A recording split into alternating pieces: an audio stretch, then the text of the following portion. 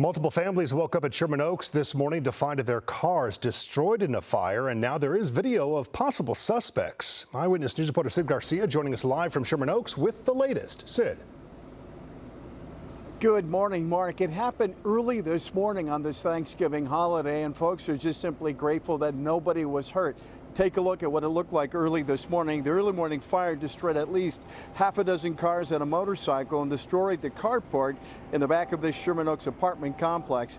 This was not what people wanted to wake up to on Thanksgiving. A couple of people we spoke with this morning told us they were asleep when they heard some loud noises coming from the carport.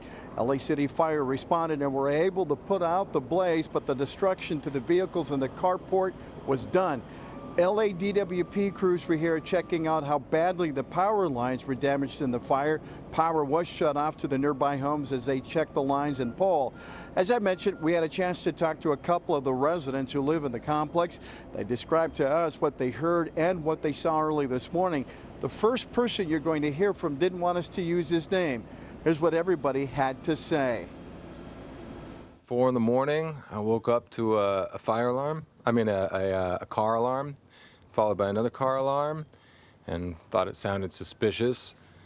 And then I heard an explosion, followed by another explosion, and I kind of just looked out my window and I could see the flames. They were taller than the building. The guy living in the apartment here, he wake me up. He said, "Get out," because he see the fire here in the car, and he knocked the window. But I didn't hear. I was sleeping, and I hear everybody screaming, and I want to go down to take my car. I said, no, don't go, because everybody was devastation. Surveillance video from a nearby home here. One of the neighbors shows a couple of guys on bicycles early this morning riding into the alley, then leaving just before the explosions and fire broke out. LAPD looking into this. One resident told us a former tenant threatened to come back and burn this place down.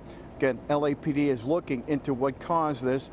Residents this morning are dealing with their insurance providers, and as one told us, what they all have to be thankful for, nobody in this early morning fire was injured.